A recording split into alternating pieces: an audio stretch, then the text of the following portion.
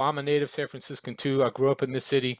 I fell into addiction in the city. I ended up on the streets of the TL in the city too, and sticking a needle in my neck and giving myself sepsis and smoking fentanyl and doing all those things that people are doing now. And that was just 4 years ago in 2018 when there was still, it seems like a little bit of accountability out there on the streets.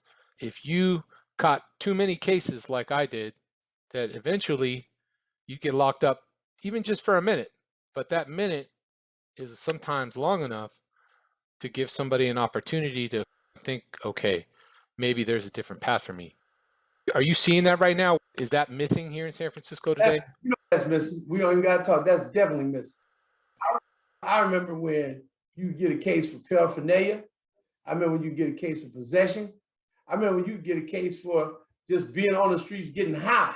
Some officer would come by and ask you, what is you doing?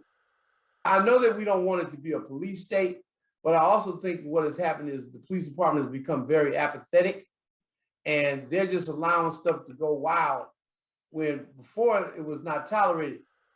We all know who've been in the streets. They used to have vice nights, and that was the day you supposed to get out the way because they was coming for you. And it just gave you a sense of like the stuff that you do open air, you don't do open air. You go inside and do. You don't expose people to that. It's like we done lost respect for everybody. And that's what's sad, that everybody's just done lost their self-respect. Like it's okay to sleep in a tent. It's okay to lay on the ground.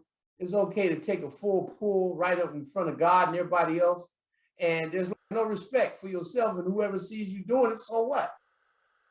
And that's killing the culture of the city. That's like suicide for the city when we don't even care about the town we in.